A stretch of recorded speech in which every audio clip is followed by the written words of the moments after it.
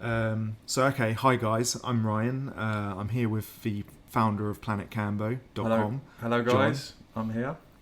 And we're just going to get started into the first podcast, so it might be a little bit etchy and rough around the edges because we're trying to find our feet. But absolutely. I'm sure it will be an interesting chat. Mm-hmm. So, John, why don't you start off by telling people a little bit about what Planet Kambo is, first of all, just okay. So got an idea. So, for those of you that don't know, like if you just found this podcast and you have no idea what Kambo is, I'll just briefly explain. So Kambo is it's a medicine that comes from the Amazon jungle. It's actually the secretion of a jungle frog, the giant monkey frog. I didn't know it was called that, actually. Yeah, it's got a few names. I think the official name is it's the Polymedusa bicolor frog. So Kambo is the secretion of the Polymedusa bicolor frog, which comes from the Amazon. So the frog secretes this substance onto its skin, and it's a natural. Actually, it's a sunblock. It's a moisturizer and a sunblock for the frog's skin, but it's also a poisonous substance. So the frog is brightly coloured, and it doesn't have any natural predators. So if an animal was to try and eat the frog, that substance would stop the animal from eating it. And so it's a survival mechanism. It's a survival mechanism, but as I said, it also serves a purpose for the frog. It's a moisturiser and a sunblock. And actually, if you can watch videos of the frog, and the frog actually takes its little, I don't know what you call them, hands, paws, whatever frogs, the name, feet. And it rubs this substance all over its body. So it secretes this substance and it rubs it over its body. And for centuries, the indigenous tribesmen and women have been using this as a medicine. So what they do is they safely and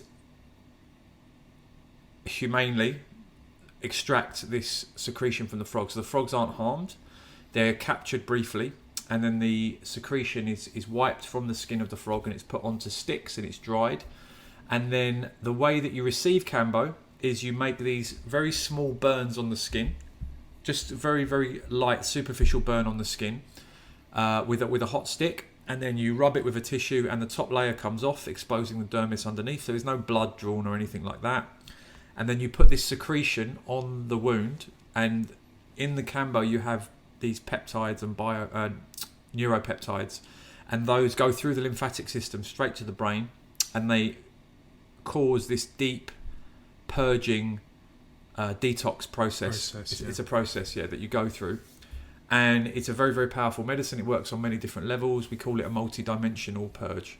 So it clears all the toxins from your body, it can clear out negative energy, it can clear out emotional blockages, but it's quite an intense process. So that's what Kambo is. And Planet Kambo, we are a company, an organisation, and we run Kambo workshops, ceremonies. We do training, so we train people in how to give Kambo, to be Kambo practitioners. And we also sell products with Kambo and other medicines that are used at the ceremonies. So there's a tobacco-based substance that we use, what's called rapé, which is a tobacco snuff, and also another medicine called sananga, which is an eye drop. And we work with these medicines and we also sell them. Okay, great. Well, I've had my first Kambo ceremony last week, and I did it Sapo style, the way the Peruvian tribes take it. Absolutely. And the Kambo style is the Brazilian tribes. And the difference between it is Sapo style, you drink water before you take the Kambo. No. So sorry, you don't drink water. That's right. And you wait until you feel sick, and then you start drinking water. That's right. And it's supposed to be a smoother process. Yeah. But I don't have a reference. You don't have a So, but from my experience, having done it both ways, the sort of way we mostly have done it up until recently was where you drink a lot of water before you take the Kambo. And then you go through the process and you purge, you vomit. But when you drink all that water, it makes the process more concentrated in the stomach, and it feels more rough. That's how I would describe it. It's a more what's the word? I don't say physically intense, but it's a rougher process. Yeah. There's more of a purging aspect to it. When you do it without the water and you wait until you're ready to be sick before you drink the water, I found the process to be much smoother. But some people will prefer to do it Kambo style, and others might prefer to do it this other way, the Sapo style. I personally prefer doing it Sapo, but it's, there are different ways to use this medicine. Yeah. Well, maybe I'd be interested in trying it Kambo style as well, because I think handling it after the Sapo style, it was okay. So we'll see what happens. Yeah. But so okay, Kambo is. You could say it's quite an unconventional path to go down. So, absolutely. How did you end up being? Because essentially, you're kind of like a bit like a shaman in London, really. Kind of working with these tribal medicines. It's definitely a shamanic process. So there is a physical, scientific, biological thing that's happening in terms of the research that's been done into Kambo. They know what's in it, and they know how it works on a physical level. So Kambo essentially is a messenger. So a lot of people, when they look at Kambo, because it's a poisonous substance, they think, okay, you're poisoning somebody, and then the vomiting is the body reacting to poison, but that's not actually how it works. If you were to eat Kambo, if you were to ingest it, then it's poisonous. But when it goes through the skin, it's actually only the peptides and the neuropeptides that enter the body, and they go straight to the brain, and essentially the peptides are like messengers. They're like keys, and in the brain you have receptors that are like locks, and the keys fit the locks, and essentially all Kambo does is it just says to the body, do all of your healing processes now. So they all happen at the same time. So for example, when you get flu, you get a fever, your body heats up in order to kill the virus. Or when you do Kambo, you get the Kambo fever. When you get food poisoning, you'll bring up bile. And with Kambo, when you vomit, you get the bile coming out. So essentially, it's a deep healing process, and Kambo just initiates that process. So the question you asked me was, how did I get into it? Wait, just to wrap that point up. Yeah. So essentially, Kambo is kind of like unpicking a lock into someone's own personal healing process to rid themselves of bile, so any emotional, psychological kind of issues they've been dealing with. It's like a deep purge that gets rid of basically a lot of the shit that people are carrying. Exactly. And in terms of the physical aspect of the process, the body can already do it itself. The Kambo doesn't make the body do anything that it can't already do, but the Kambo makes it all happen in a very intense way at the same time. So it initiates this deep healing process, and it wakes up the body's own healing process, and it also wakes up the immune system, which we can talk about a bit later. So it is unconventional. I'm not quite sure how here I am doing this, but how did I get here? Well, you've got a very interesting background. I used to work in an office. I was, worked in an office for 10 years, and then I was a professional poker player for a while. And I'd always been interested in, these kinds of medicines and various healing modalities. And then the first time I did Kambo was about 10 years ago. I went to a retreat for something else, but they were also offering Kambo, and I did it. And it was a very powerful experience. I didn't have a full purge the first time. I didn't take a lot. I only took a little bit, but it was a powerful process. And then I found somebody, a practitioner in Amsterdam. And then whenever I would go to Amsterdam, every 6 months or so, I would do Kambo when I would go there. So I would do it periodically, and I got a lot of benefit from it. I found I never got sick. So people, this is the aspect with the immune system. Once you start doing Kambo, you don't get sick anymore. Colds and flus stop happening. It does something amazing to the immune system. So I was doing it periodically, and then more recently, my business partner and I, Dave, who's the co-founder of Planet Kambo with me, we had another business that we decided wasn't what we wanted to do, and we were closing it down, and we were looking for something new to do, and then this came up, and we thought it was more life coaching before, right? Covering a lot of different areas. That's right, yeah. And but this came up, and we looked into it, and we thought, okay, this is something that hasn't been done properly before. There are Kambo practitioners around, but it's got a very, what's the word? It doesn't have a very professional clinical aspect to it. It looks... It's not been branded in that way before. No, and to the untrained eye, if Joe Bloggs just saw it, he'd be like, I'm not doing that. Yeah. And what we're trying to do with Planet Kambo is bring Kambo into the 21st century. So we keep the traditional aspect to it. We do a ceremony. It has a very tribal kind of feel to it, but it's also done in a very professional, clinical way. So the hygiene protocols are in place, the proper training, these things, so that we can offer Kambo to a wider range of people who might otherwise have not ever have found it. Because traditionally, the only people that do Kambo are people that already do these kinds of things. And what we're trying to do is bring Kambo to the world, to other people who would never have heard of it. Yeah, so Planet Kambo is essentially a vehicle to make it more friendly to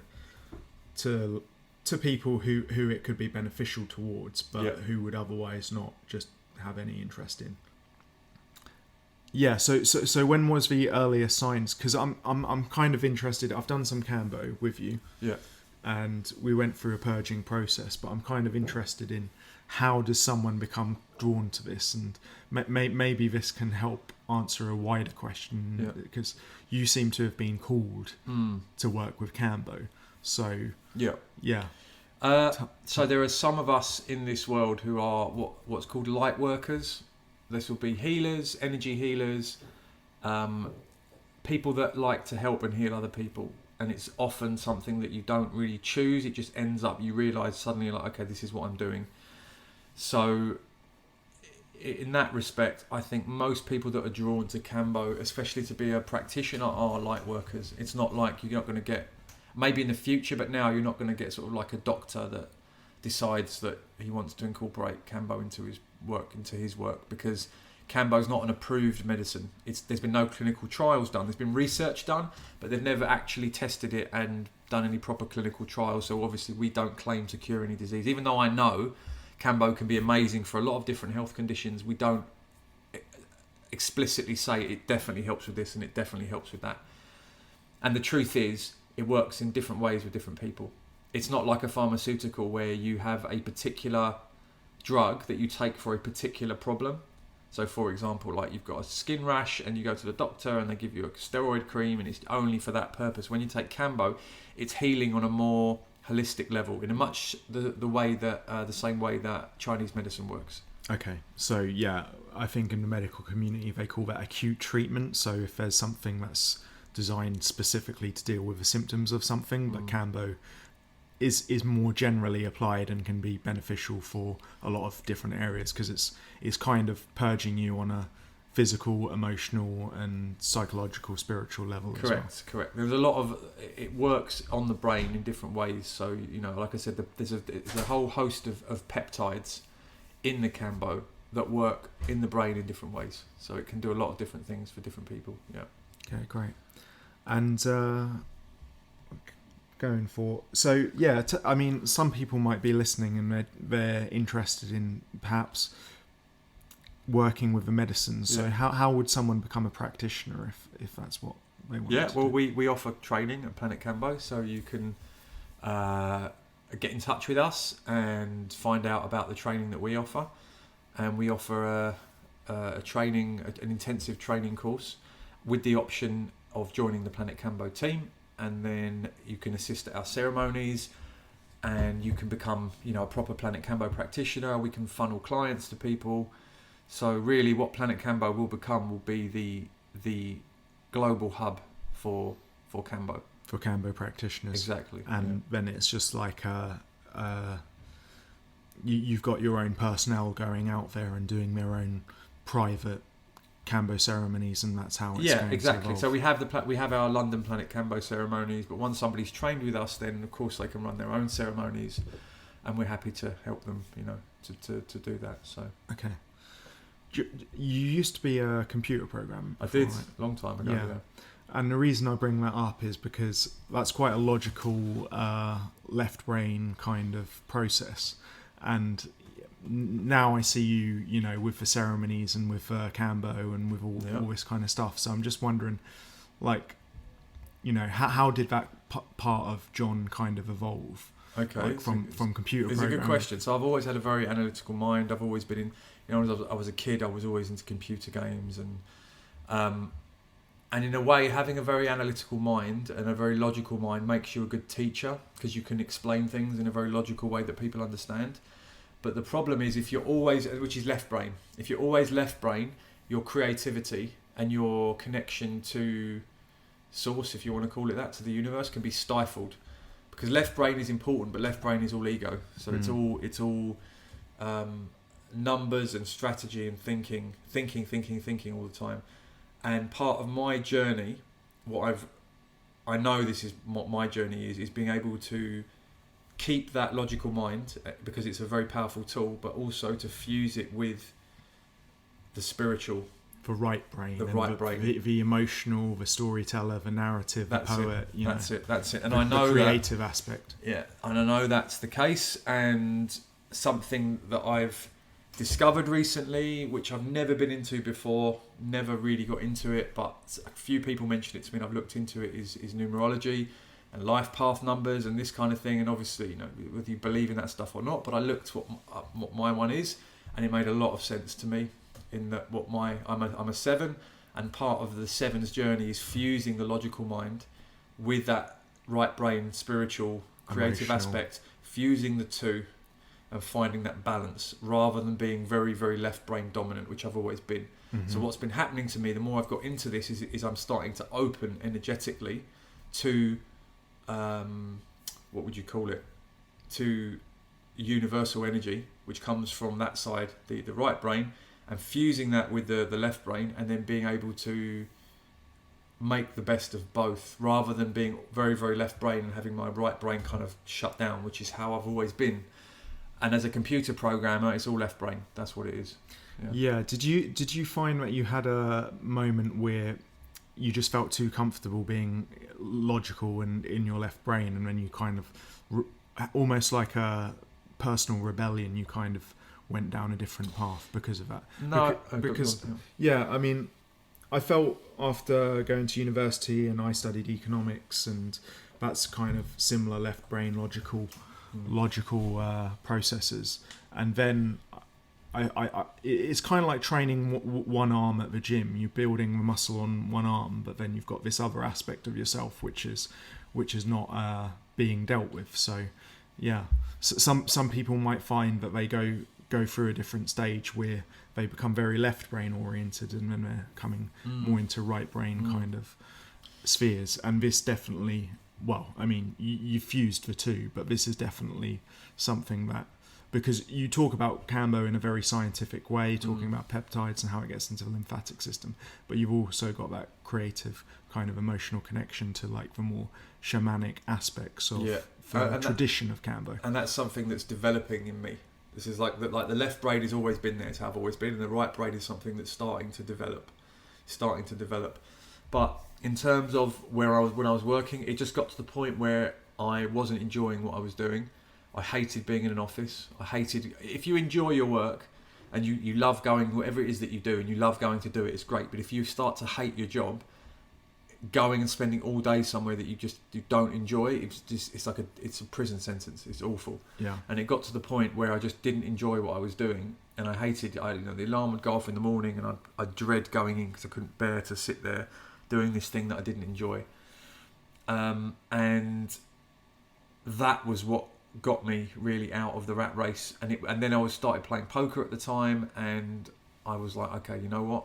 I can play poker for a living. I don't need to. I enjoy poker. I don't think poker's the healthiest thing to do. It was a necessary transition for me. It got me out of the 9 to 5, but I don't think it was ever going to be a long-term thing for me. Poker is a very interesting game. It's a fun game, but if you're doing it for a living, then especially I was playing online, then you're just locked into a computer game all day. That's what it became. Yes. And it becomes a very unsocial thing. As poker players find it very hard to live with balance because it's addictive as well. So when you play poker, you're constantly firing off your dopamine, which is the reward part of your brain. You're doing that all day, and then that becomes very addictive. So poker for me was like a segue into getting out of the 9 to 5 work. So it was still in front of a computer, still kind of using your logical brain. Totally. Gave you that extra freedom. To then branch out into other things. Yeah. Yeah, I was going to say branch out's a good term. I was going to say spread your wings a little bit. Yeah, absolutely. So, have you? I'm just interested because this kind of goes over into the spiritual community as well. And have there been any things that have called out to you that have shown you that this is your path in particular, like any kind of synchronicities or amazing kind of alignments of things just lining up? And something it's happened recently, to be honest with you. I've been on a process of awakening for the last few years, but it's accelerated recently. And for a lot of people, and by awakening I'm talking about spiritual enlightenment, spiritual awakening, whatever you want to call it. And for most people it's a process that happens over a period of years or a lifetime. Very rarely you'll get someone who just suddenly they wake up and it's fully enlightened, but it's very rare. So I've been on this process for a while, but recently it started accelerating. Just as a segue, if someone feels drawn to what we're talking about now, are there any good books that you'd recommend for them who feel like they're... Enlightenment stuff? Yeah. Let me think. What's some good books? So I can give you some I can give you some guys that are on YouTube as well. There's a guy, one of the best guys is Rupert Spira. He was one of the better teachers for me because he's very logical. So he would explain these spiritual concepts, and he would dress them up in a framework that my logical mind could understand. So I read a lot of books years ago, and it always seemed like gobbledygook. And when I listened to Rupert Spira, I was like, okay, I get it. I get what he's saying. But it is still words. And when it comes to this sort of enlightenment stuff, the words aren't it, because you can't really say what it is because it can't be said. So teachers can only point to something. They can't actually say what it is. It goes beyond anything you could describe in words. Correct. It's kind of... Correct. I think they use the term gnosis, don't they? It's something you feel in your bones. Exactly. That's exactly it. But Rupert Spira is very good. He resonated with me, but there's other teachers that might resonate with you more. There's a guy, who else is decent? Muji, it doesn't resonate with me, but he's less logical, more feeling way of talking about these things. Obviously you've got Eckhart Tolle, who wrote The Power of Now. That was one of the first books I read. Who else is good? There's Fred... CWG by Neil Donald Walsh. Oh, yeah, of course. Conversations with God. I've read all of them. Very good books.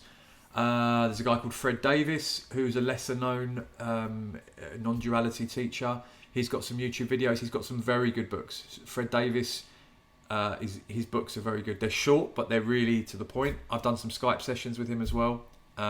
He's a very good teacher. Who else? Jim Newman is also good. He's a lesser known one, but Jim Newman is very, very direct. If you're not already of an understanding, it won't make any sense. Whereas Rupert Spira, I could show Rupert Spira to someone that's never known about this stuff, and they would kind of get what he's saying. Whereas somebody like Jim Newman, or there's another guy called Tony Parsons, they're so direct. They're telling you exactly how it is, and they don't dress it up. So if it's not for beginners. That's really, really kind of direct teachings. But there's a lot of guys around.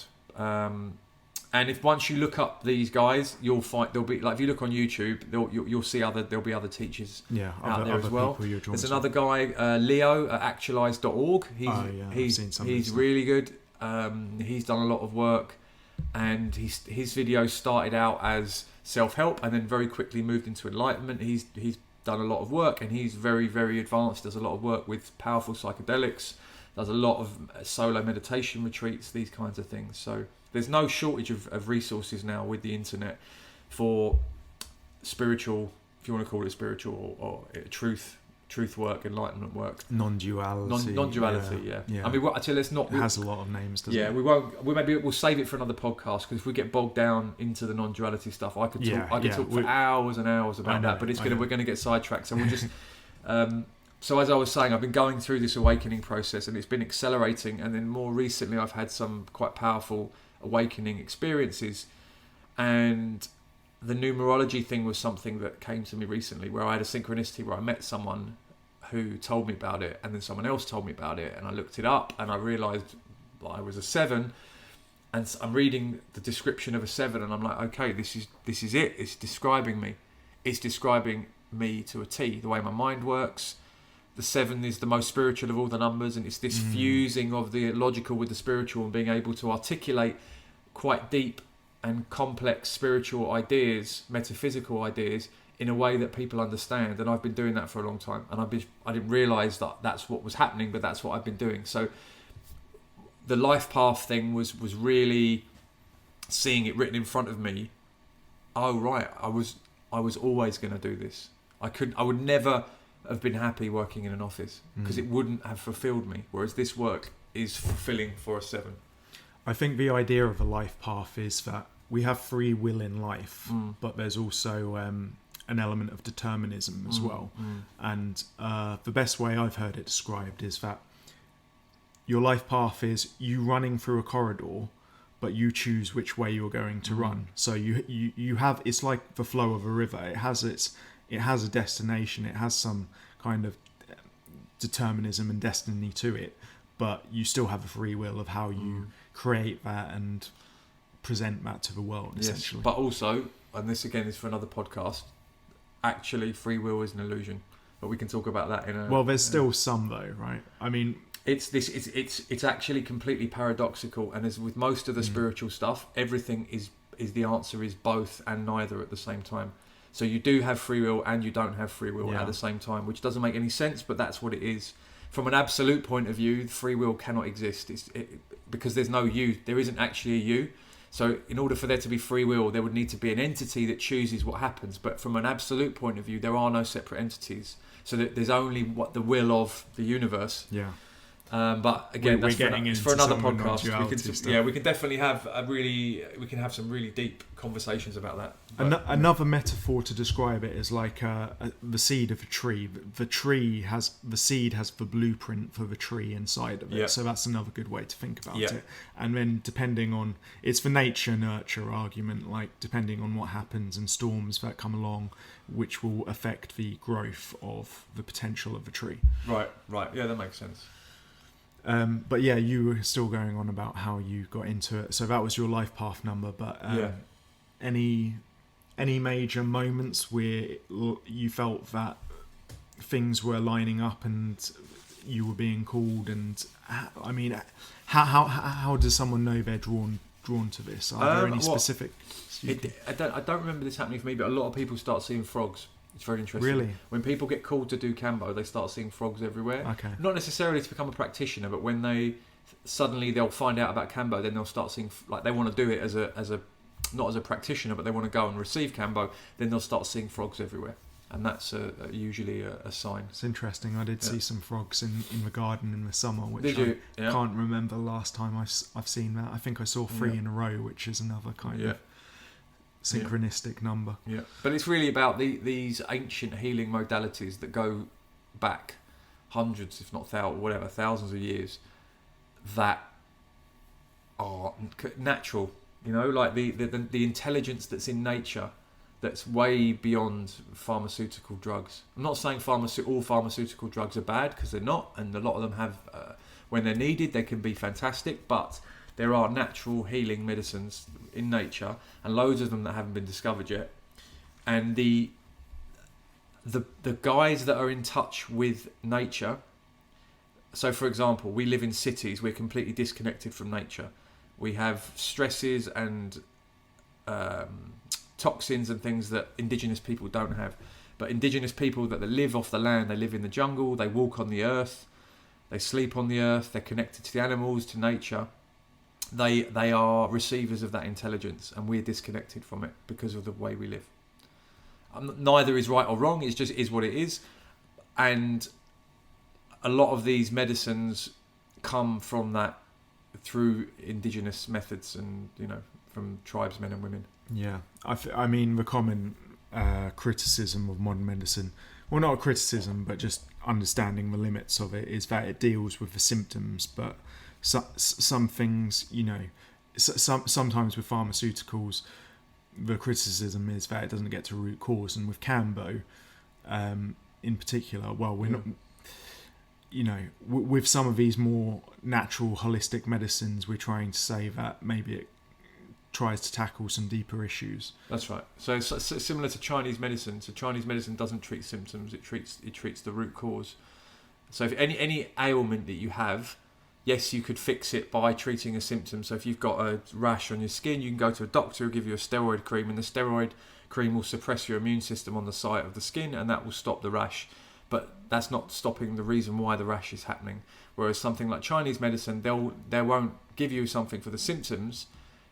They might give you something to help with symptoms, just to soothe them, but they're really getting to the root cause through things like acupuncture and these various healing modalities within Chinese medicine. So Kambo really is an elixir for a human being.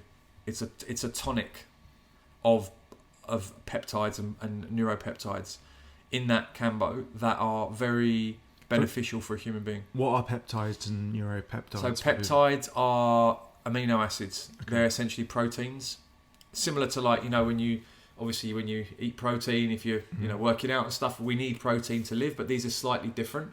But protein is a building block of biological systems in nature. So all animals, we have a protein, and so peptides are proteins, and they affect different processes in the body. And neuropeptides actually are a signaling mechanism within the brain. So neuropeptides actually are a neuronal signaling system in the brain. So the peptides work on the body, the neuropeptides are working in the brain, and they work synergistically to bring out this Kambo process. So that's how Kambo works on a physical level. I mean, if you went to and talk to a tribesman, he wouldn't know anything about peptides or any of that stuff. To a tribesman, what Kambo does is it removes what's called panema. Mm-hmm. So for them, panema is negative energy, and it's stored in the body and in your etheric field, and it will manifest as bad luck, depression, confusion, laziness, lack of direction in life. So if you went to a tribesman and you said, my work keeps failing, all my relationships are terrible, I'm tired all the time, he'd say, okay, well, you have panema. If you do Kambo, you'll lift the panema. So to them, it's a different thing. For them, it's not a scientific process. It's a more of a spiritual process where it's lifting the panema. And I think that they're both happening at the same time. From a physical aspect, when you see somebody doing Kambo and they're purging the bile, physically they're clearing out the bile from their bile duct. But energetically, that's the panema coming out. Mm. So yeah, that's what we mean when we say it works on a lot of different levels. Totally. And I've seen some insane processes with people.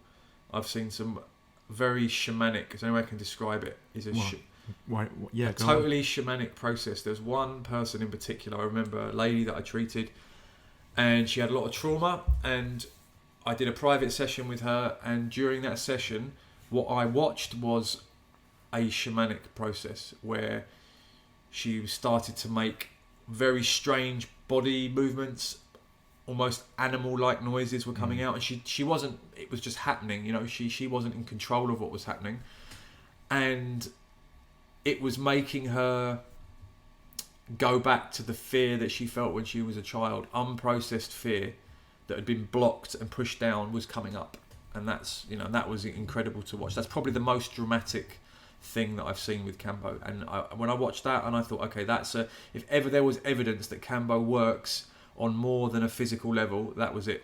Right. It was spectacular, to say the least. I've not seen that. I've just seen people purging and being sick in their buckets. Well, I've seen.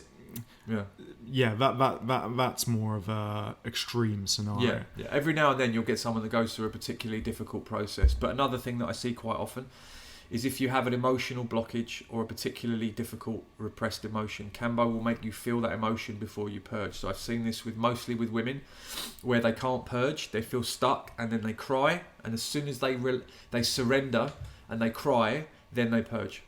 Mm-hmm. And it's the emotional. As soon as the emotion is released, then the purge comes. And again, if there ever was a sign that Kambo is not just a physical thing, but it's working on different levels, then that's it right there. Yeah, you hear that quite a bit with plant medicines, that you have to go into the emotion and the darkness and the crap basically first. It's the sewer. You have to wade into the sewer of your own issues, and it makes you face all these medicines that you have to face your stuff. your shadow, your fears, they all come up. And these medicines are tools to become your best self. And to become your best self, you have to embrace all of that. You have to face your shadow. You have to face your fears. You have to deal with those emotions. And when you come out the other side, you just feel much, much better. So, I'm curious, like, you do Kambo over the course of like 2 or 3 times the first time you've done it, right? Just because it helps clear everything out, and once isn't essentially enough. But how long have you been working with it yourself? And do you feel like, because in economics there's a term called the law of diminishing returns, where the more you do something, the less you get out of it, essentially. So are you still getting something out of it when you do it yourself? Because we pick up stuff all the time: stress, energetic attachments, toxins. We're living in a polluted environment, polluted physically, but also polluted energetically. Depends what kind of person you are. Some people who are very empathic and very open energetically, and who don't necessarily have the protection, they're going to pick up a lot of stuff from other people. And obviously, you know, viruses and toxins in our food. You know, we all know that, like, we know that the state of pollution at the moment is pretty bad. So from that respect, Kambo is always going to be good. It's always going to be good to have a purge. It's always going to be good to clear out. So periodically, it's not something that where you're just going to do it and then eventually think, oh, I don't need it anymore. It's an ongoing process where every now and then you'll be like, actually, I need to clear out. Yeah. Because a lot of people who kind of come to the events for ceremonies are also, some of them have like PTSD or a lot of unhealed trauma or unprocessed trauma. Yep. So that aspect can be corrected or healed or whatever you want to call it. The thing with people depends how badly traumatized they are. Most traumatized people, you never really get rid of it. It's just an ongoing process of slowly over. It's a lifetime of work, depending on the level of trauma that you have. But let's just say that you had a particularly traumatic incident and there was a blockage and the Kambo released it. Fantastic. But it's never a bad thing, just periodically to cleanse your body. There are other cleansing methods. You know, we can do colonic irrigation, the enemas, these kinds of things. There's other ways to cleanse the body, and Kambo is just one of them. So we all need to cleanse ourselves, and Kambo is just a very effective cleanse that can get rid of some stuff that you didn't even know you had. Yeah, and when you see the buckets and the bile and the yellow and the orange stuff, I mean, it's quite extraordinary what the body is holding on to and you wouldn't know about. So, you know, just as a purge, to get some crap out of your system, it's a good methodology. Yeah. And I see some of the stuff I've seen come out of people, different colours. Like the purge is usually yellow or green, the bile, but I've seen brown, I've seen red, I've seen blue, and I've seen black. I've seen black purges before, like thick black ink coming out of people. And what do the colours correspond to? If there's a certain colour, to be honest with you, I couldn't tell you for sure because nobody really knows. There's some theories, but because there's been no real clinical trials done, no one's tested them properly, we don't know. We don't really know. But I know that, like, I think black purges tend to be the deepest ones. Deepest, yeah. So the darker it is generally. Yeah. But most purges are yellow or green. Unless you've had coffee. Yes, obviously, if you drank something like that, or juices and things like that can colour the purge. But ultimately, there could be other organs that are releasing as well as the liver and the gallbladder. So, but hopefully, what I'd like is that Planet Kambo will be the ones that fund the clinical trials when the time comes. Oh, that's interesting. Yeah. What other areas, what's the vision for Planet Kambo? Where do you see it going? Are you going to just concentrate on Kambo, or are you going to go into other modalities? We're just starting to branch out. So we're going to be, really what will happen is it will become a healing brand, and Kambo will be one of the things that we do. So even though when we started, Kambo is the focus, I've been talking to David, my business partner, and what we want to be is a healing brand. And we'll offer these different things, these different modalities, things like TRE, which is trauma release exercise, shamanic breath work, meditation, these kinds of things, different healing workshops, and Kambo will be one of them. Okay, is that something you're going to start in the new year? Yes, absolutely. Yeah, we're going to be starting a trauma release exercise workshop in the new year.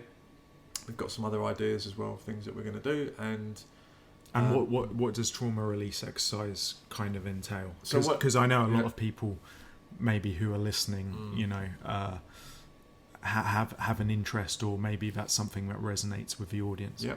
So trauma release exercise, you can Google it and find out about it, but essentially what trauma release exercise does is it mimics the natural shaking process that animals and human beings do to release trauma. So I'll give you an example. If a gazelle or an animal is being chased by a lion, if it gets away, it will lay on the ground and it will shake for about 20 minutes quite violently, and then it will get up and run away as if nothing's happened. So the animal instinctively is able to shake off its trauma. So it's traumatized. It shakes it off. And as human beings, we've stifled this process. So we have a lot of stored stress in the body that isn't released. And with trauma release exercise, it's a series of stretches and tensioning exercises for the pelvis and the legs and the lower part of the body. And then you do these exercises, and then you lay down on the floor flat on your back, but with your knees up. So your feet are pulled in slightly towards your body, and your knees are up, and you hold them in a certain position, and then this shaking starts to happen, and it comes from your pelvis. So it mimics the shaking of, you know, the trauma release shaking, and it's quite powerful. So essentially you're tricking the body into releasing its stress and its trauma. That's interesting. So you pull the legs up and you do what exactly? So you do a whole series of exercises, tensioning and stretching exercises. Then you lay flat on your back, and because sometimes there's a point where you get to a stress point and you start to naturally shake. Exactly. So, it's the same like if you train in the gym. Let's say you do a leg day at the gym, right? Yeah. If you were to go and do a leg day at the gym and then you came home, you could do trauma release exercise with it. That would be the equivalent of doing all the tensioning exercises. And you lay on the floor, and then I don't know if I can describe it, but you lay flat on the floor, but then you bring your feet towards your backside, and so your knees are now coming up into like a sort of a position where they're perpendicular to the floor, if you know what I mean. So your legs are in a sort of vertical position, but your feet are still on the floor, and then you open your hips slightly, so you let your knees fall out to the side, and you'll find a position where you'll start shaking. Naturally, you get the vibration. The vibration, yeah. I mean, I'm sure, you know, we've all experienced, those of you that exercise, if you've done a hard training session at the gym, when you're doing the last few reps, you start to get this shaking. It's kind of like that. Okay, that's interesting. And if people want to find out more about that, where do they go? They come to the Planet Kambo website. PlanetKambo.com. It's PlanetKambo.com. If you go to the ceremonies tab, that's our schedule. You'll see all of the stuff we do on there with the dates and the venues. Also, if you've got questions, you know, drop us an email at info@planetkambo.com, and I'll be happy to answer any questions you have. If you want to, you know, I'm happy to have a phone call, you know, just have a chat if you've got questions about these things. So that's what people can do to find out about it. And then as we go on, you can also check out our Facebook. You can like us on Facebook. You can subscribe to our YouTube channel. I'll be making videos about all this stuff, all this new stuff that we're doing. There'll be video series on what they're about. Yeah, okay. Yeah, there is some useful information on YouTube, and they're only 5 to 7 minutes long. But if you like to listen to podcasts, then hopefully we covered some of your questions. And if you have any more, just get in touch. Yeah, and there'll be lots more to come. Like I said, there was a lot of stuff we could have got off on tangents, like the non-duality stuff. I could talk about that for hours. So there's a whole bunch of stuff we can talk about that we can have separate podcast episodes for. It was quite an enjoyable podcast. I think that's a good part to wrap it up. Absolutely.